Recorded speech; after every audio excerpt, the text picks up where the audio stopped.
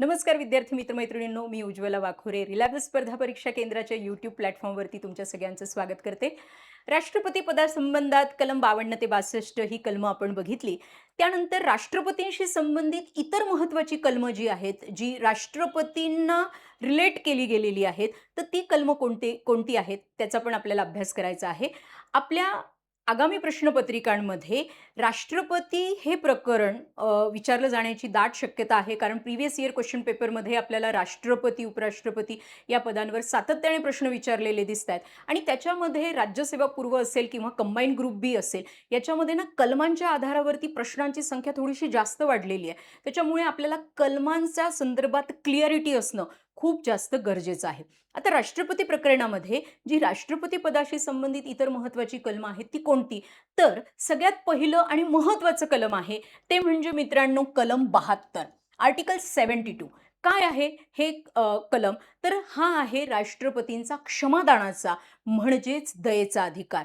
एखाद्या गुन्हेगाराने जर क्षमादानाचा अर्ज राष्ट्रपतींकडे केला तर त्यासाठी राष्ट्रपतींना असणारे अधिकार यामध्ये नमूद केलेले आहेत. म्हणजे कलम 72 मध्ये क्षमादानाचा किंवा दयेचा अधिकार भारतीय राज्यघटनेमध्ये नमूद करण्यात आलेला आहे. तर हे कलम लक्षात ठेवा. या कलमांशी संबंधित जो कंटेंट आहे तो पुढच्या काळामध्ये मी तुमच्यासाठी घेऊन येणारच आहे.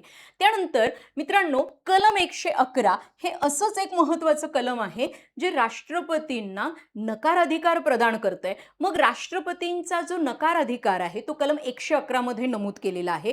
म्हणजे राष्ट्रपतींना मित्रांनो 3 प्रकारचे नकार अधिकार आहे. एक पूर्ण किंवा शुद्ध नकार अधिकार आहे. दुसरा जो आहे तो निलंबनात्मक नकार अधिकार आहे आणि तिसरा जो आहे ज्याला आपण पॉकेट वोटो म्हणतो तो अधिकार आहे. तर वेगवेगळ्या परिस्थितीमध्ये वेगवेगळ्या विधेयकांशी संबंधित राष्ट्रपतींनी असे काही अधिकार वापरलेले आहेत. त्याच्यामुळे कलम 111 मध्ये कोणती तरतूद नमूद आहे तर राष्ट्रपतींचे नकार अधिकार कलम 111 मध्ये नमूद आहे, हे लक्षातच ठेवा. त्यानंतर पुढे तुम्हाला लक्षात घ्यायचं आहे कलम 123 हे अत्यंत महत्त्वाचं कलम आहे मित्रांनो आणि ज्या अधिकारावरती सर्वाधिक पद्धतीने आपल्याला प्रश्न विचारले गेले तर सगळ्यात महत्त्वाचे ना 2 अधिकार जे राष्ट्रपती पदासाठी अत्यंत महत्त्वाचे. एक राष्ट्रपतींचे आणीबाणी विषयक अधिकार ज्याच्यावरती तुम्हाला राज्यसेवा पूर्व असेल, कंबाईंड ग्रुप बी असेल याच्यावरती प्रश्न विचारले गेलेत आणि त्यानंतर त्याच्या खालोखाल दुसऱ्या क्रमांकाचे जे सर्वाधिक प्रश्न तुम्हाला दिसतील ते राष्ट्रपतींच्या वटहुकूम किंवा अध्यादेशाच्या अधिकारावरती तुम्हाला प्रश्न दिसतील. त्यामुळे राष्ट्रपतींचा वटहुकुमाचा किंवा अध्यादेश काढण्याचा अधिकार जो आपल्याला कलम 123 मध्ये नमूद केलेला दिसतो. मग कलम 123 नुसार राष्ट्रपती वटहुकूम काढू शकतात. वटहुकूम किंवा अध्यादेश म्हणजे काय? तर वटहुकूम किंवा अध्यादेश म्हणजे एक तात्पुरता कायदा आहे जो संसदेचं अधिवेशन चालू नसताना किंवा संसदेचं एक सभागृह त्याचं अधिवेशन सुरू आहे आणि दुसरं सभागृह अधिवेशनामध्ये नाही, अशा परिस्थितीमध्ये जर तात्काळ कायद्याची गरज निर्माण झाली तर राष्ट्रपती वटहुकूम काढू शकतात. यालाच आपण अध्यादेश सुद्धा म्हणतो आहोत. तर राष्ट्रपतींचा वटहुकुमाचा अधिकार कलम 123 आपल्यासाठी अत्यंत महत्त्वाचा आहे. हा वटहुकुमाचा अधिकार काय आहे येणाऱ्या सिरीजमध्ये आपल्याला बघायचाच आहे. पण तूर्तास आपण फक्त कलम बघूयात. त्यानंतर पुढे आहे कलम 240. कलम 240 मध्ये केंद्रशासित प्रदेशासाठी नियम तयार करण्याचा राष्ट्रपतींचा अधिकार आहे, जो आपल्याला भारतीय राज्यघटनेच्या भाग 8 मध्ये जे केंद्रशासित प्रदेशाशी संबंधित आपल्याला कलम 239 ते कलम 241 दरम्यान ज्या तरतुदी दिसतात त्याच्यामध्ये कलम 240 आपल्याला नमूद असलेलं दिसतं जे राष्ट्रपतींशी संबंधित आहे, या पदाशी संबंधित आहे. तर कलम 240 नुसार राष्ट्रपती केंद्रशासित प्रदेशांसाठी नियम तयार करू शकतात. मग हे नियम राष्ट्रपतीच का करतायत?